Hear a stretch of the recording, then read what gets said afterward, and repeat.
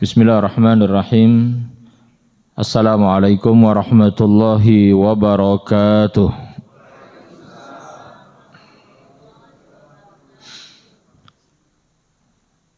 Alhamdulillahi wa kafa. Wassalatu wassalamu ala rasulillah an-nabiyil mustafa wa ala alihi wa sahbihi ahli sidqi wal wafa, amma ba'd. Ya ayyuhalladzina amanu taqullaha haqqa tuqatih wa la tamutunna illa wa antum muslimun. Hadirin sekalian, jamaah salat subuh Masjid Nurul Masyriq yang berbahagia, Allah Subhanahu wa taala pertemukan kita kembali di masjid yang kita cintai ini dalam kajian Sirah Nabawiyah dan sejarah peradaban Islam. Mudah-mudahan ini semua menjadi amal soleh yang akan memberatkan timbangan amal kebaikan kita semua di akhirat nanti. Allahumma rabbana taqabbal minna innaka antas sami'ul alim wa tub alaina innaka antat tawwabur rahim. Kita akan bahas pada pagi hari ini dakwah secara terbuka, terang-terangan, dan bagaimana tarbiyah Nabi di Darul Arqam. Hadirin sekalian, setelah 3 tahun fase dakwah secara terbatas, atau sebagian buku-buku sirah memberikan bahasanya itu dakwah secara sembunyi-sembunyi rahasia, Pak. Tapi saya lebih memilih kalimat dakwah secara terbatas. Karena Nabi tidak dakwah secara sembunyi-sembunyi, hanya Nabi dakwah kepada kalangan orang-orang yang terbatas, ya. Maksudnya orang-orang dekat dulu. Sehingga di awal-awal ketika Nabi berdakwah sudah diketahui orang-orang Quraisy. Tapi dibiarkan karena mereka di awalnya melihat ini hanya ajakan untuk komunitas kecil saja gitu, ya. Jadi awalnya mereka tidak begitu peduli. Nah, ketika tahun keempat, ketika turun ayat Al-Quran, fasda' bima tu'mar wa a'rid anil musyrikin. Wahai Muhammad, sampaikan apa yang telah Allah ajarkan kepada engkau itu secara terang-terangan. Maksudnya apa? Sampaikan dakwah secara terbuka. Dan berpalinglah dari gangguan orang-orang musyrik. Maka Nabi yang mulia mulai berdakwah secara terbuka, Pak. Yang pertama kali Nabi lakukan adalah Nabi mendakwahi orang-orang Quraisy yang banyak kabilah itu. Maka Nabi yang mulia sallallahu alaihi wasallam mengumpulkan orang-orang Quraisy dari kabilah-kabilah, ya. Nabi yang mulia menyampaikan ketika masyarakat telah berkumpul di Bukit Sofa. Nabi naik ke Bukit Sofa. Ini tempat apa? Tempat sa'i.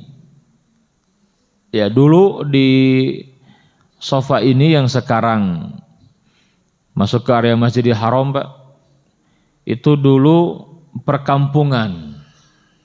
Kan dulu kecil, ya. Jadi dulu Ka'bah itu ya dikelilingi oleh rumah-rumah masyarakat. Jadi kalau saya membawa program sirah Umroh plus sirah itu biasa saya kenalkan ke jamaah, Pak. Di mana itu Darul Arqam, di mana Darun Nadwa, di mana Nabi lahir, di mana Nabi ketika sedang timpuk kotoran onta itu sebenarnya ada gitu.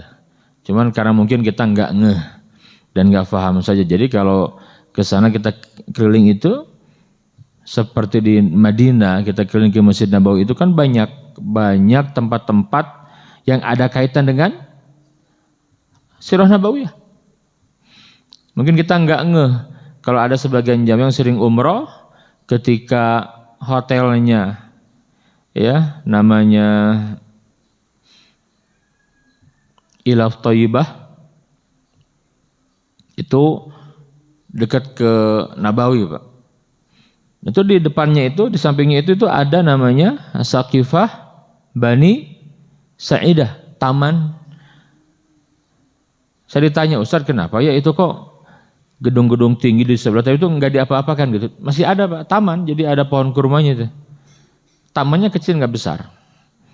Yang lain kan dibangun gedung-gedung tinggi. Sekarang juga sudah ada perluasan, tapi kalau untuk tempat ini enggak diapa-apakan. Kenapa itu? Kan itu ada kaitan dengan Sirah Nabawiyah, Pak. Apa namanya? Saqifah Bani Sa'idah. Ada yang pernah ke sana? Ada yang tahu? Wah, sering ke sana tapi enggak ya. Mungkin kita sering lewat ya. Itu tempat pembaiatan Abu Bakar As-Siddiq sepeninggal Rasulullah. Kalau di Mekah ada Darun Nadwah, di Madinah ada Saqifah, tempat kumpul, Pak. Jadi dulu kalau ada hal-hal yang penting, masalah keumatan lah, itu diputuskan di Darun Nadwah tuh di Mekah. Itu dekat Ka'bah, Pak. Ada yang tahu di mana Darun Nadwah? Dan Saqifah Bani Sa'idah gitu. Itu orang-orang Madinah. Nah, Nabi wafat, dulu ada pertemuan di Saqifah. Banyak sekali itu. Ya. Banyak situs bersejarah di sekitar Masjidil Haram. Ya kan dulu ya Mekah itu gitu, Pak. Enggak luas kayak sekarang kan. Nah, sahabat termasuk nanti kita bahas tentang Darul Arqam ini, di mana Darul Arqam ini gitu. Nah, Nabi yang mulia naik ke Jabal Nur, ke Jabal Sofa, Bukit Sofa. Nabi yang mulia pertama kali membuka dengan kalimat luar biasa, Pak. Ini hebatnya Nabi ini. Ya, Nabi itu disebutnya Jawami'ul Kalim. Tidak panjang kalau bicara, singkat tapi padat gitu, Pak. Dan Nabi itu pandai sekali menarik orang, ya membuat orang itu tertarik dengan pembicaraan beliau gitu. Ya. Tentu karena Nabi yang mulia langsung diajari oleh Allah Jalla wa Ala. Di dalam Al-Qur'an kenapa ada ayat-ayat yang diawali, ada surat yang diawali dengan huruful muqatta'ah, ya kan? Alif lam mim. Alif lam ra. Kaf ha ya ain sad Taha Yasin. Itu apa maksudnya, Pak? Ya. Kita kalau membaca kitab tafsir para ulama Ahlussunnah wal Jamaah, pasti itu tafsir apa? Wallahu a'lam bisawab. Ini sudah belas pengajian, Pak. Wallahu a'lam bimuradi. Allah Maha tahu ya apa maksudnya gitu kan. Apa tidak ada maknanya? Oh, mustahil kan begitu ya. Jadi itu membuat orang-orang Arab yang faham bahasa Arab, yang bermengerti dengan syair itu langsung penasaran gitu kan, penasaran, Pak. Wah, ini menarik nih gitu kan. Nah, kita kadang nggak paham saja kan. Nah, Nabi yang mulia menyampaikan ya sabahah, kata Nabi. Ini kalimat-kalimat yang disampaikan untuk hal yang penting. Ya. Apa kalau bahasa kita, Pak? Ini agak susah memang cari padanannya bahasa Indonesia ini ya. Ya sabahah. Ya. Kalau bahasa kita ini darurat, penting sekali. Kalau nggak kumpul itu pokoknya rugi lah gitu. Itu nggak sembarang disampaikan loh, Pak. Mendengar kalimat itu bagaimana orang-orang kumpul semuanya nih, ada apa nih? Kenapa mereka mau berkumpul? Karena memang dari awal penasaran kan. Ya sudah jadi pembicaraan. Ini Muhammad ini bawa apa gitu lah. Ya. Kan orang-orang nggak tahu pas sebagian, karena Nabi masih terbatas kan, yang Nabi ajar itu siapa? Orang-orang dekatnya. Tapi mereka tuh udah mulai melihat ada perubahan lah gitu. Penasaran kan? Penasaran Pak. Maka ketika Nabi menyampaikan ya sabahah, kumpul semua, disebut semua. Ya Bani Taim, ya Bani Adi, ya Bani Hashim, semua dipanggil. Bagaimana kalimat Nabi yang mulia? Ara'aitum in akhbartukum. Bagaimana menurut kalian jika aku beritahu kalian, ini di belakang jabal ini, di belakang bukit Safa ini ada sepasukan ya, tentara berkuda yang akan menyerang kalian. Asadaqtumuni, apakah kalian percaya kepadaku? Ini kalimat coba. Itu kompak semua yang hari menyampaikan, nah, kami percaya kepada Anda. Ya, kami percaya kepada Engkau ya Muhammad. Ma wajadnaka illa siddiqan, kami tidak mendapati engkau kecuali engkau orang yang jujur, enggak pernah berdusta. Nah, ini dikunci oleh Nabi yang mulia kalimat ini, Pak. Pembukanya gitu. Sama kompak apa kalimatnya? Kami tidak pernah mendapati Anda kecuali Anda seorang yang jujur, yang amanah, disampaikan.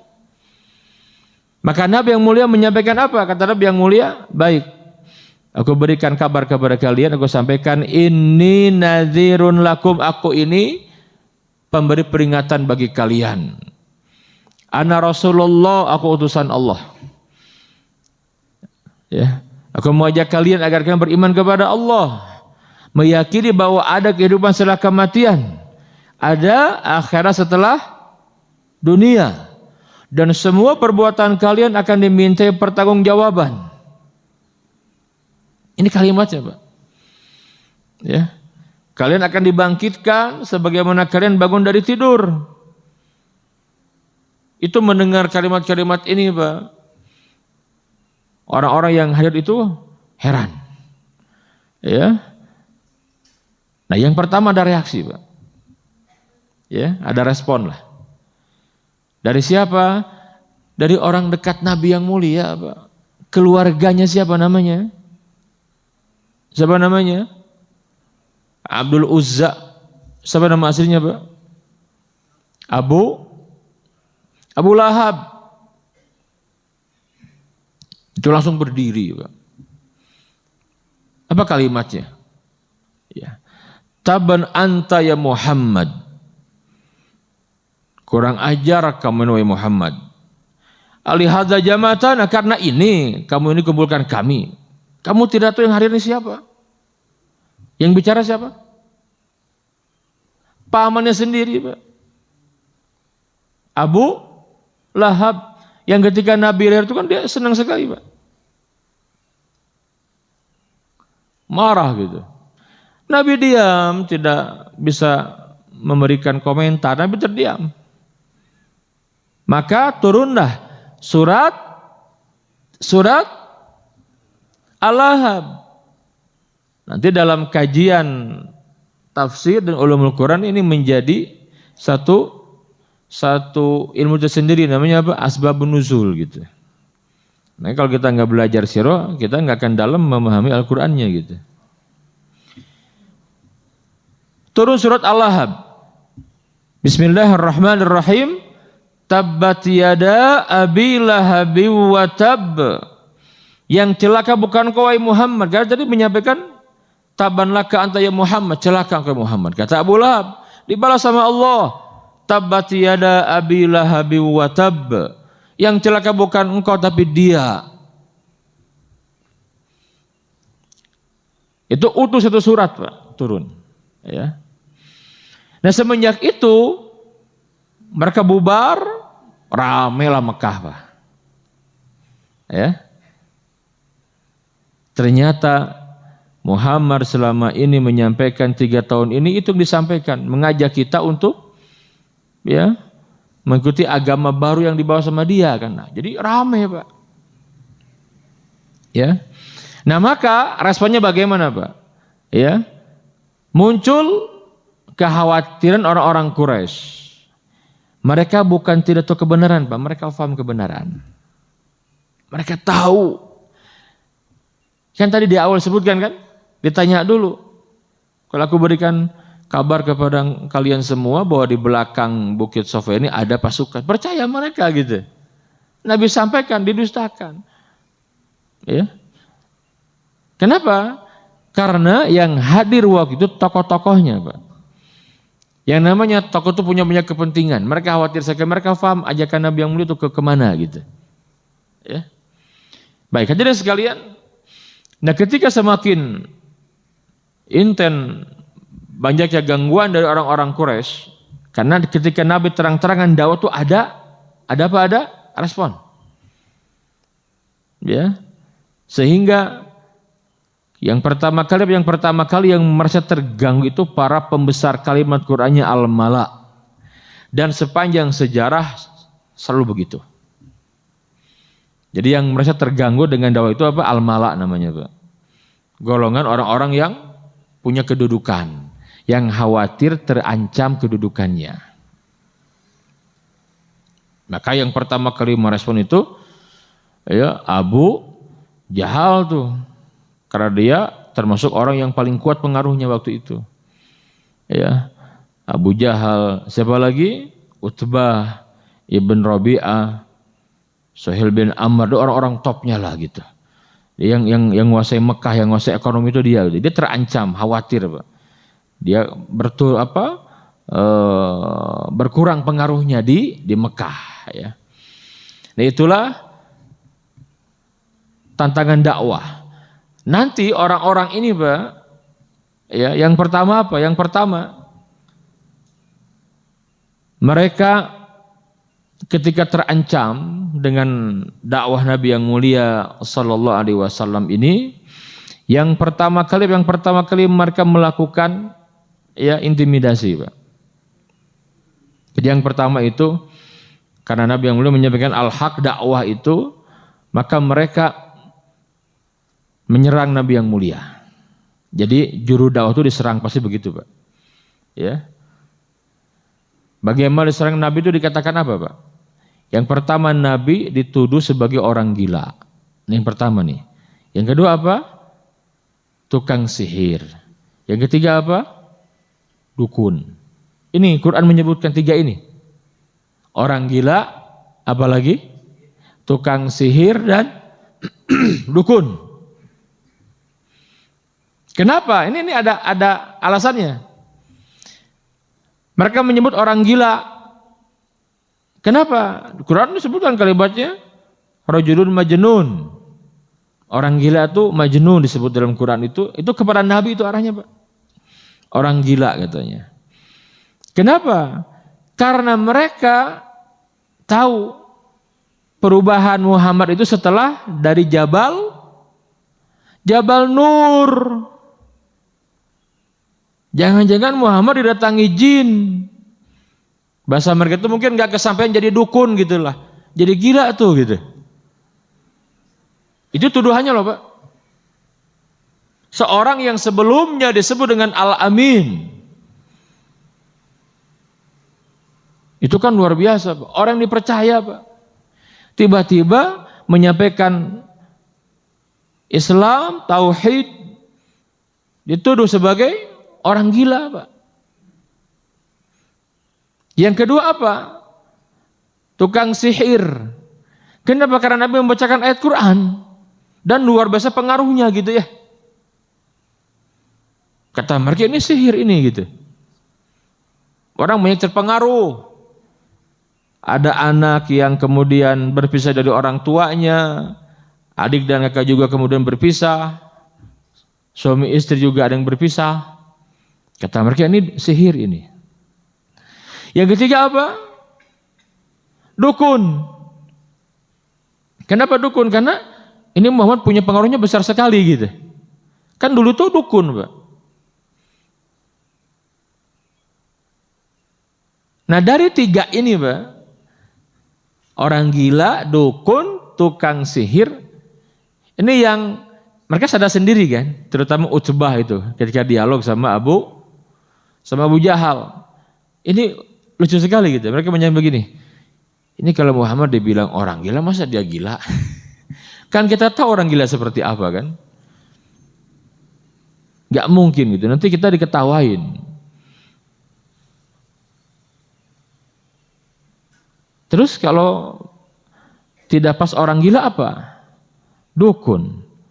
Dukun juga kita tahu lah kayak gimana mantranya. Ya kan? Kenal semua tentang dukun. Muhammad itu bukan dukun. Jadi apa? Tukang sihir juga bukan, kata dia. Kita sihir tahu gitu kan. Mereka tahu persis, Pak, bukan tukang sihir. Tapi yang paling dekat sih tukang sihir gitu. Paling dekat tukang sihir katanya. Nanti diabadikan di surah Al-Mudaththir, Pak. Mereka tuh bingung ini ngasih julukan apa lagi gitu. Bingung mereka itu. Yang dekat-dekat itu apa? Tukang sihir lah, dekat gitu kan. Padahal mereka juga bingung, Pak, nggak mungkin gitu kan. Masa Nabi tukang sihir nggak seperti itu? Ya. Dan itu akan berulang. Siapapun yang membawa kebenaran akan seperti itu. Ya kalau sekarang konteksnya Pak ya, sedang ramai apa tuduhan apa Pak kepada para dai itu? Radikal, apalagi? Teroris, apalagi? Intoleran, apalagi? Kita kan sekarang ini disuguhi begitu kan? Itu narasi yang dibuat, betul tidak Pak? Itu yang ramai itu. Loh, mantan gubernur kita saja Pak, itu masuk list apa penceramah radikal, bayangin. Berani sekali orang membuat begitu. Itu mantan gubernur loh Pak. Kayak dia seorang ustadz juga kan. Betul tidak? Dan dia ahli fikih. Di mana radikalnya gitu. Tapi bingung nih apa yang pas. Dibuat radikal penceramah radikal gitu kan. Ada nggak? Ada Pak. Disebut itu. Intoleran, anti Pancasila. Dan di saat bersamaan kita diperlihatkan juga siapa sebenarnya yang intoleran itu, betul tidak? Kita tahu kok siapa yang intoleran, yang anti Pancasila itu siapa, dan siapa yang radikal, kita tahu kan? Awal-awal dibongkar juga gitu. Makanya umatnya sekarang udah nggak bisa dibohongin Pak. Melek sekarang, mau orang bisa dengan mudah ketika muncul narasi langsung dilawan lagi dengan narasi, betul tidak? Orang tuh udah tahu, cuma dia gimana kita rakyat kecil gini nggak bisa apa-apa. Artinya apa? Itulah dakwah. Nabi seperti itu. Ya. Nah nanti sampai puncaknya apa Pak? Ini kalau sudah tokohnya diserang, tokoh serang Pak, masih nggak mempan juga, pasti ajarannya. Ajarannya Pak. Apa Al-Quran katanya? Al-Quran itu isinya dongeng. Nah gitu tuh. Qala asatirul awalin. Ini mah dongeng umat terdahulu. Karena memang di awal-awal, dia saya sampaikan di fase ini, itu yang banyak turun kepada Nabi yang mulia itu bukan hukum. Kan itu di Madinah Pak. Tapi apa? Tentang keimanan dan akidah. Nah di antara metodenya lewat kisah. Itu semua kisah turun di Mekah Pak, di fase ini. Itu kan sepertiga Quran itu kisah isinya Pak, bukan dongeng, kisah. Kisah umat terdahulu. Ya. Dijelaskan bagaimana kaum Samud durhakanya kepada Allah ya, kaum Ad, kaum Iram, dan masih banyak lagi. Ashabul Aikah, banyak di Quran disebutkan. Yang kalau kita mau tarik benang merahnya sama kok. Kenapa dia binasa itu sama penyebabnya gitu. Nanti kisah para nabi, rasul ada nggak? Ada. Dan kisah orang-orang saleh yang bukan nabi, bukan rasul disebut juga, seperti Luqmanul Hakim. Ada nggak di Quran? Ada tidak? Ashabul Kahfi ada nggak? Zulqarnain ada tidak? Ali Imran disebut juga. Ya, itu ada Pak. Karena di awal-awal yang turun banyaknya kisah, mereka itu menyerahnya bagaimana? Ini mah dongeng gitu. Bukan kitab suci, ini mah dongeng. Gitu. Udah dijatuhkan Pak. Ya. Nabinya dihina, Qur'annya dihina juga Pak. Jadi kalau berbicara penghinaan kepada Nabi sekarang kan sedang rame nih. Belum lama penghinaan terhadap Nabi di mana, di India ya, oleh partai yang berkuasa tuh Pak. Terang-terangan mereka itu menghina Nabi yang mulia itu, ya. Dan bukan hal yang baru Pak. Maka pertanyaan, apakah Nabi yang mulia dihina itu baru kali pertama ini saja? Tidak. Jadi dakwah pertama Nabi udah dihina gitu loh. Quran menyebutkan. Terus pertanyaan muncul, apakah penghinaan kepada Nabi akan berhenti sampai di sini? Tidak, akan terus berlangsung. Apakah Nabi dengan dihina menjadi hina? Tidak. Yang hina siapa? Yang menghinanya Pak. Yang binasa siapa? Yang menghinanya. Ada kisah nih, siapa? Abu Lahab ini punya anak. Siapa namanya Pak? Utaibah. Siapa? Utaibah. Ini dia sangat benci kepada Nabi Pak. Ya. Jadi bagaimana nasib orang yang menghina Nabi itu jelas sekali lah. Maka Nabi kalau dihina tuh Nabi tidak menggubris, biarin aja. Kalau pribadi Nabi itu Nabi nggak marah gitu. Kalau sudah yang dihina itu Al-Quran, Islam, Nabi itu bangkit Pak. Marah Nabi itu. Ini suatu hari Abu Lahab ini bersama kafilah dari Quraisy mau ke negeri Syam.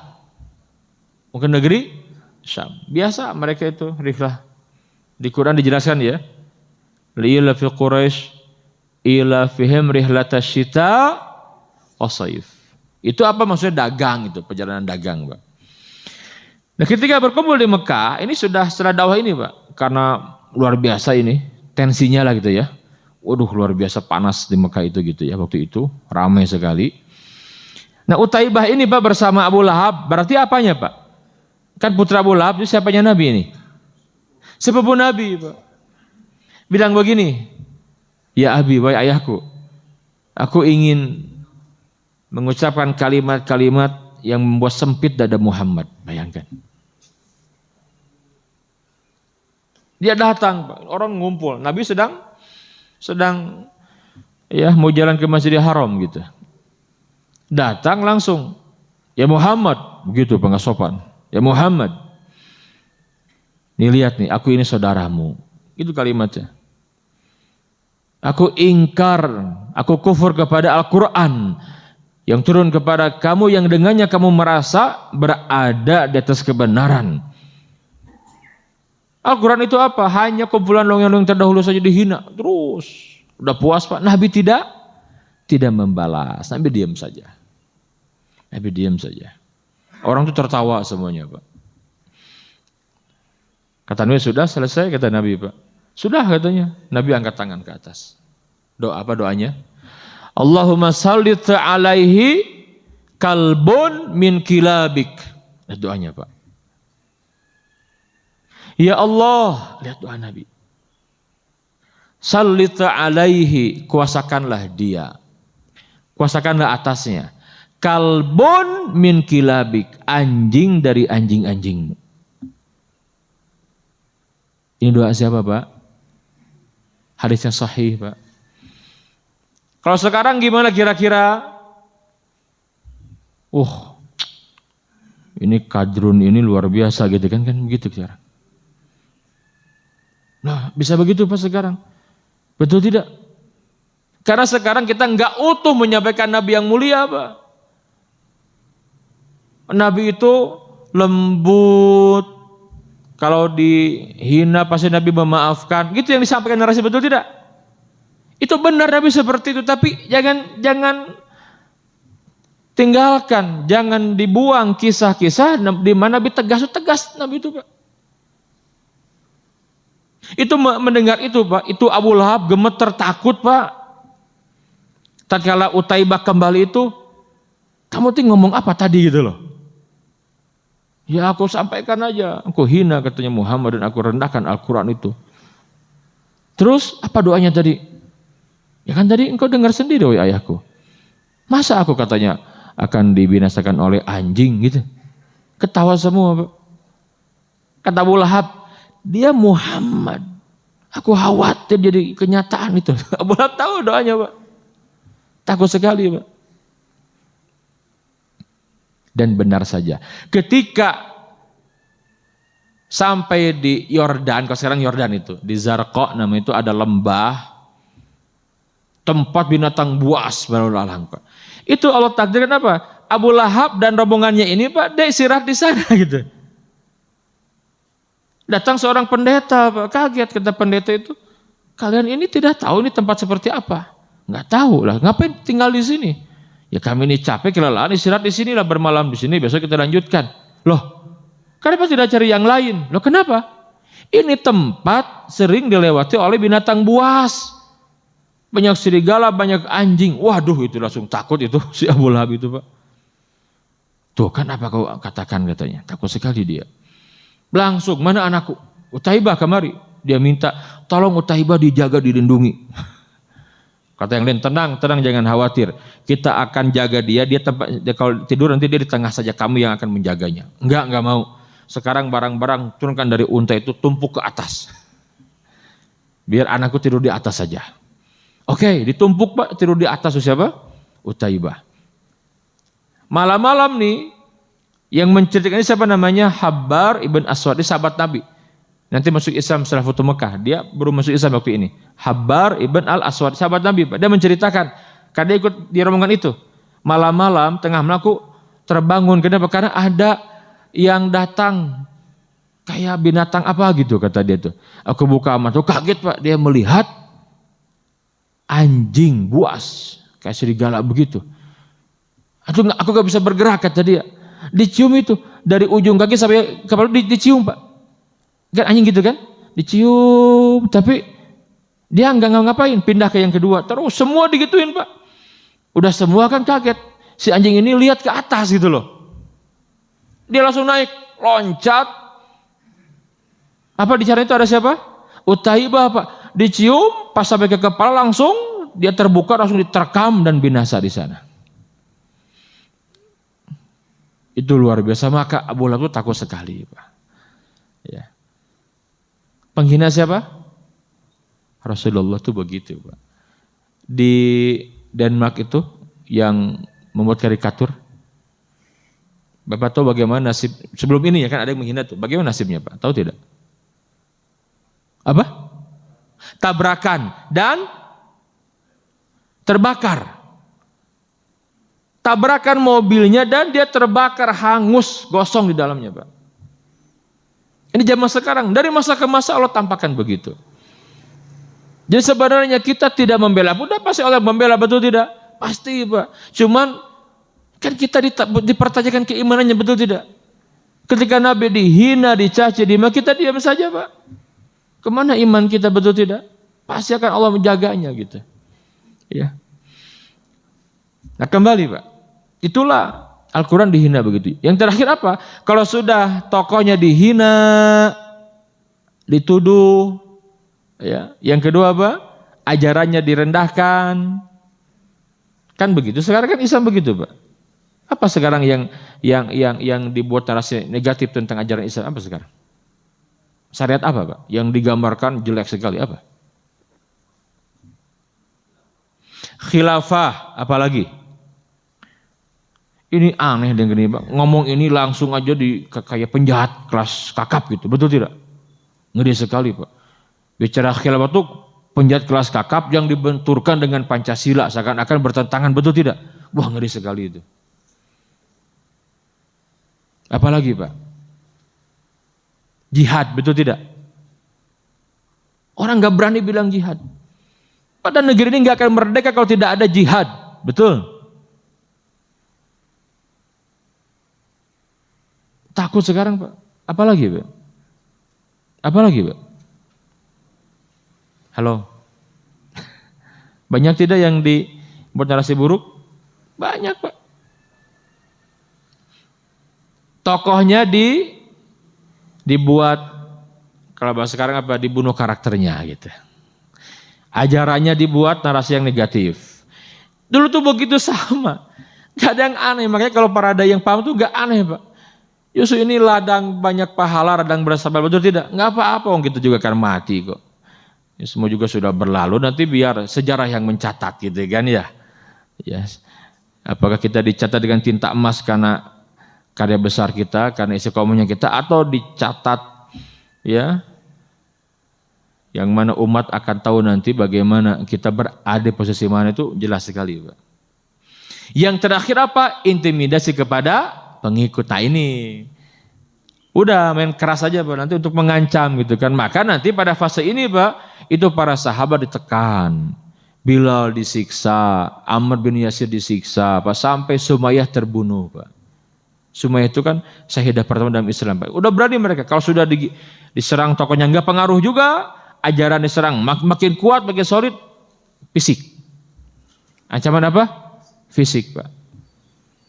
Dibunuh, Pak, itu dibunuh, Pak, untuk nakut-nakutin itu. Yang pertama siapa namanya? Sumayyah. Terkenal wanita pertama yang syahid dalam Islam. Yang bunuh siapa? Yang bunuh siapa, Pak? Abu Jahal. Lihat dia nuduhnya kurang ajarnya, Pak. Jadi dulu itu Sumayyah dan suaminya Yasir punya anak namanya Ammar. Ini di sahabat Nabi nanti. Ini satu keluarga masuk Islam. Pertama kali itu keluarga ini gitu. Ibu, bapak, anak masuk Islam itu keluarga ini, keluarga namanya Alu Yasir.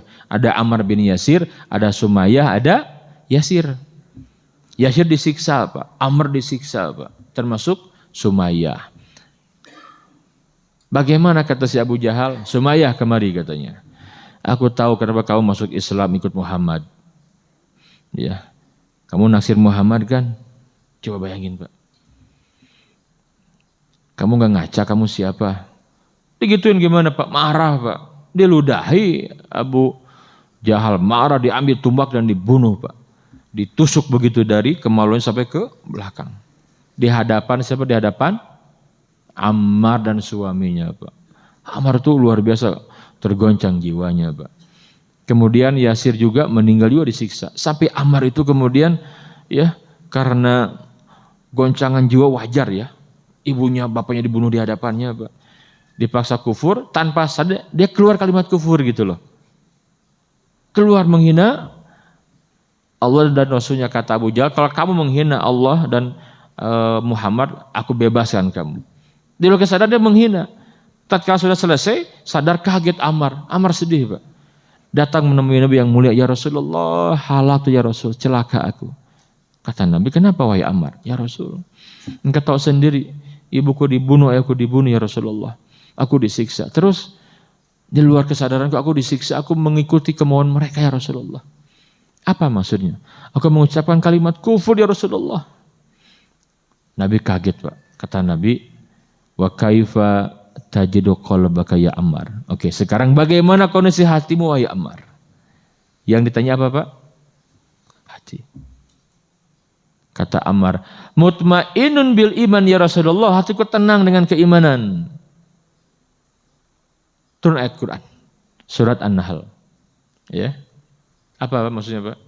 Itu ayat menegaskan ya, orang-orang yang kufur, sengaja kufur, ya, alladzina kafaru ba'da imanihim. Jadi orang-orang yang kufur setelah diberikan keimanan, sengaja Allah murka kepada mereka. Illa man ukriha, kecuali orang yang dipaksa kufur. Wa qalbuhu mutmainnun bil iman, sedangkan hatinya tenang dengan keimanan, tidak ada masalah. Turun ayat Quran, Pak. Kata Nabi, ya Ammar, dalam kondisi seperti itu tidak ada masalah. Bahkan kalau besok lusa kamu dipaksa lagi, nggak apa-apa, ucapkan kalimat itu. Ini dalam kondisi tertentu, Pak. Itulah hukum. Maka itu bagaimana hati kamu gitu. Ya. Terkenal ini kisah ini, betul. Dan ini sering dijadikan takiyah oleh orang-orang Syiah, dari takiyah katanya. Ini enggak nyambung, Pak. Ya. Iya, mereka sering begitu, makanya kita agak susah orang Syiah ini takiyah atau enggak ini gitu kan. Dia sedang berpura-pura atau gimana, bingung gitu kan. Karena dia menjadikan takiyah bagian dari ajaran agamanya, Pak. Dalilnya tadi surah An-Nahl tadi itu. Ya. Kembali. Nah, Nabi melihat ini, maka Nabi yang mulia merubah strategi apa? Datang ke Darul Arqam. Ini dia, Pak. Jadi tahun keempat ini Nabi yang mulia melihat sudah sangat genting sekali karena ada bentrokan ya. Ya kan ini harus rubah strategi dong, betul tidak Pak? Kalau nggak rubah strategi habis nanti Pak. Wong baru tumbuh, baru nanam bibit gitu kan, kalau nggak pakai strategi ya habis ya. Bagaimana Pak Nabi memilih rumah sahabat yang bernama Al-Arqam ibnu Abil Arqam. Ya, yang dikenal dengan Darul Arqam, itulah markas tarbiyah pertama dalam Islam. Rasul mengajar dan membina para sahabatnya yang pertama masuk Islam di tempat ini. Itu Pak, rumah ini terletak di Bukit Sofa. Ini milik Al-Arqam. Al-Arqam ini orang mana? Orang dari suku Bani Makhzum. Sukunya siapa ini? Abu Jahal. Ini strategi Nabi luar biasa Pak. Ini kalau dibiarkan seperti terus habis kata Nabi yang mulia. Maka Nabi buat strategi, kita akan ya untuk membina para sahabat itu tidak terang-terang lagi, tapi di tempat yang aman lah. Tapi Nabi dakwah tetap, cuma sahabat ini dirahasiakan pergerakannya lah gitu. Ya, yang dipilih siapa? Rumah Al-Arqam. Pertanyaan, siapakah Al-Arqam? Ini menariknya Pak. Pertemuan yang bulan kemarin saya sampaikan. Al-Arqam ini Pak, sahabat yang awal-awal masuk Islam. Al-Arqam masuk Islam lewat dakwah siapa? Abu Bakar As-Siddiq. Ya. Itu masuk Islam Al-Arqam nih. Dia tuh remaja Pak, pemuda Pak. Ketika masuk Islam itu umurnya sekitar 14 tahunan lah atau 16 tahun. Ada dua pendapat, ada yang menyampaikan 14 tahun, ada yang menyampaikan 16 tahun. Usia belia kan Pak ya? Kalau sekarang kelas berapa SMP Pak? Kelas 3 ya? Kelas 3 ya? Bayangkan ini sudah Nabi dakwah ini Pak. Maka kalau kita membaca Sirah Nabawiyah, ternyata di awal-awal yang cepat merespon dakwah itu anak-anak muda. Susah ini semua Pak. Usia 16, 18 tahun, 20 itu segitu. Yang di atas itu sedikit. Beberapa orang saja gitu. Selebihnya susah gitu Pak. Apa yang menarik Pak? Jadi Al-Arqam ini Pak, semua sepakat perannya besar. Besar Pak. Lalu apa perannya? Beliau punya rumah di Bukit Sofa. Ini karena dia pengusaha Pak. Anak muda nih tapi punya rumah gitu loh. Rumahnya besar. Dan rumahnya ini diwakafkan, diberikan kepada Nabi, gunakan untuk dakwah ini. Masya Allah. Ini pertama kali Pak. Dan Nabi menerima.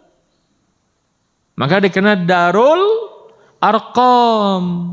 Kalau bahasa para ulama sebagian itu, ini katanya pesantren pertama dalam Islam. Itu Darul Arqam. 2 tahun Pak Nabi membina sahabat di rumah ini Pak. Hebatnya Nabi apa? Selama 2 tahun Pak, tidak ada yang datang ke rumah ini orang-orang Quraisy untuk membubarkan, tidak ada. Aman. Kenapa Pak? Karena orang-orang Quraisy berpikir, masa sih Nabi ngadain pertemuan di rumah anak muda? Dulu tuh aib. Tokoh sehebat itu nggak mungkin gitu kan. Ya. Nggak mungkin lah. Justru Nabi di sana keahliannya Pak. Setiap orang ketika sesuatu yang dianggap tabu, Nabi itu masuk di sana gitu. Sebagai strategi dakwah. Mereka nggak mau Pak, mereka itu menjaga kehormatan. Masa kita yang punya pengaruh di anak muda gitu kan, nggak mungkin. Jadi nggak kepikiran masa Muhammad kumpul di anak muda gitu kan. Satu. Yang kedua apa? Rumah ini Pak letaknya di Bukit Sofa, perkampungan Bani Makhzum. Kan nggak kepikiran ya? Kan itu rivalnya Bani Hashim gitu kan? Ini yang paling dahsyat bencinya kepada Rasulullah. Masa sih Nabi kok kayak nantang gitu loh, masuk ke kandang apa? Ya kan, ke kandang lawan tuh gimana ceritanya kan? Nggak mungkin, nggak kepikiran lah. Ya. Nah maka para ulama menyebutkan ada yang menarik dari sosok Al-Arqam. Perannya besar Pak. Karena nanti yang dibina di tempat ini bukan sembarang orang. Ini sahabat utama sebanyak 40 orang, Pak. Yang nanti sahabat ini punya peran besar dalam Islam selanjutnya. Semua alumni madrasah Darul Arqam ini Pak yang nanti akan membawa dakwah. Hebat Pak. Oh jelas lah, siapa gurunya? Rasulullah. Apa kurikulumnya? Al-Quran langsung turun dari langit gitu loh Pak. Coba kan luar biasa, 2 tahun itu kan kita aja 2 tahun belajar. Gimana Pak bahasa Arab? Wah, insya Allah ya. Yang ngajarnya Nabi loh Pak, luar biasa itu. Yang unik apa? Tidak ada yang tahu detail tentang Al-Arqam ini Pak. Coba Bapak baca biografi Abu Bakar. Wah tebal, betul tidak? Baca biografinya Umar bagaimana? Tebal. Baca biografinya Utsman bin Affan, Ali bin Abi Thalib. Wah luar biasa Pak. Tapi sahabat yang mulia ini yang di awal masuk Islam ini Pak, ya, lewat dakwahnya Abu Bakar ini, itu enggak banyak orang tahu sehingga kita agak susah mencari informasi di dalam kitab sejarah. Ya kan kita kan nggak bisa ngarang-ngarang Pak. Sampai untuk mengetahui siapa nama ayahnya saja para ulama ahli sejarah dari masa ke masa kebingungan. Maka disebut Al-Arqam Ibnu Abil Arqam. Apa artinya? Secara bahasa apa artinya Pak? Arqam Ibnu Abil Arqam apa artinya? Arqam anaknya bapaknya Arqam. Jelas ya Pak? Karena para ulama ya sudahlah mungkin bapaknya Abil Arqam aja kan gitu. Bapaknya Arqam gitu. Enggak ada yang tahu loh Pak. Ya kalau Muhammad bin Abdullah jelas. Abu Bakar ibn Quhafah jelas. Utsman bin Affan jelas kan namanya. Nah ini siapa nama ayahnya nggak tahu kita. Pada orang Arab itu kan pasti tahu Pak. Al-Azhar tuh bingung Pak. Al-Arqam bin Abil, ya mungkin nama bapaknya Arqam aja lah gitu kan. Disebut Abil Arqam aja. Ya pasti kan bapaknya kan Abul Arqam gitu kan. Bapaknya Arqam gitu. Apa maksudnya Pak? Ini ada pelajaran Pak. Kata Profesor Dr. Ragib Asirjani, ini sejarawan dari Mesir menyampaikan, karena Allah ingin menjaga amalnya, Masya Allah. Biar di bumi tidak terkenal, tapi di langit terkenal, Masya Allah. Ada peran-peran besar yang tidak harus kita di depan, betul tidak? Tidak dakwah Pak. Repot kalau semuanya di depan semua Pak. Dan memang sosok Al-Arqam tidak di depan, di belakang, tapi dia kuat. Dan dia besar pengaruhnya, betul tidak? Untuk sebuah pergerakan dakwah Pak, itu jangan ingin di depan semua. Harus sesuai kapasitas kita, betul tidak? Orang kalau nggak punya kemampuan di depan repot. Jangan merasa karena sering di depan tapi lebih mulia, tidak. Boleh jadi yang lebih berkedudukan di sisi Allah adalah yang di belakang panggung, tanda kutip bahasanya begitu. Yang dia nyiapin menjadi taklim seperti ini, bisa sampai kemudian jamaah merasa nyaman dengan kajian, betul tidak? Bisa jadi dia yang lebih besar pahalanya Pak. Kan bagi-bagi tugas saja, betul tidak? Itu Al-Arqam kata para ulama. Seakan-akan Allah ingin menyampaikan gak apa-apa di bumi kamu tidak terkenal, tapi di langit kamu terkenal. Saya tanya Bapak, kan mungkin juga jarang yang paham sahabat ini Pak ya. Sering dengar nama saja tapi nggak tahu kan kayak gimana tuh kehidupannya. Ya. Nah jadi Nabi memindahkan dakwah ke sini itu dalam rangka apa? Menjaga, karena tadi sudah nggak kondusif. Itu bagian dari strategi dakwah. Baik jamaah sekalian, mohon maaf. Tidak terasa sudah jam 6 lebih 10 menit. Ya kita simpulkan pertemuan pada pagi hari ini. Yang pertama, sunatullah dakwah Pak ya. Siapapun yang membawa kebenaran pasti akan mendapatkan ujian seperti itu. Ya, semakin besar, semakin tinggi kedudukan, semakin besar ujiannya Pak. Itu pasti Pak. Dan Allah memberikan ujian, pasti kita sanggup. La yukallifullahu nafsan illa wus'aha. Mungkin buat kita, wah nggak kebayang ujian, tapi buat orang-orang yang sudah sampai pada makom itu dia akan mudah saja Pak. Ya, kan bukan hal yang baru ya. Para ulama di penjara itu bukan hal baru, Pak. Dan jangan pernah melihat kok di penjara negatif, jangan. Nabi Yusuf saja dulu di penjara, Nabi loh, Pak. Ya.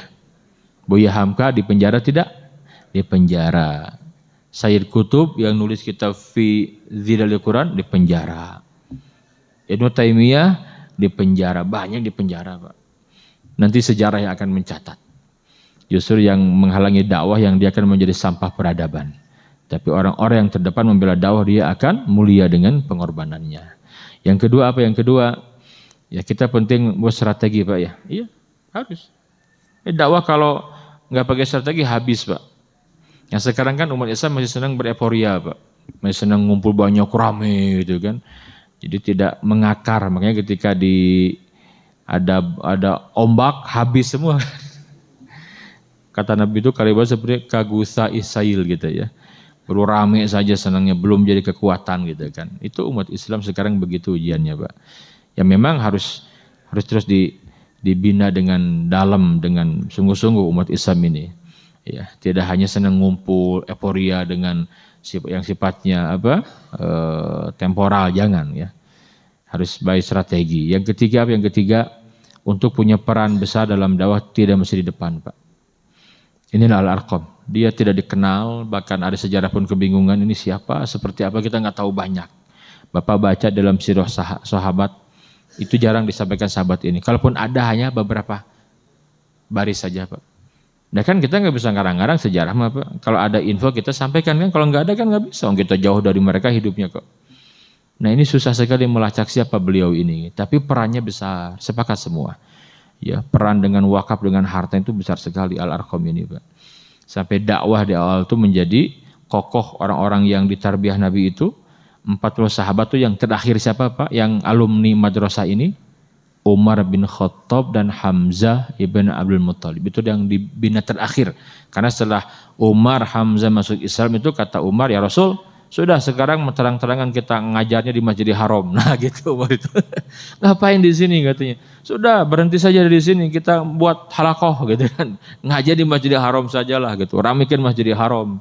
Itu Umar begitu pegawainya. Setelah itu kan Nabi itu biasa sholat di Masjidil Haram gitu kan. Baca Quran di sana, coba. Umar yang jaga itu, Pak. Karena memang penting juga punya orang kayak Umar ya.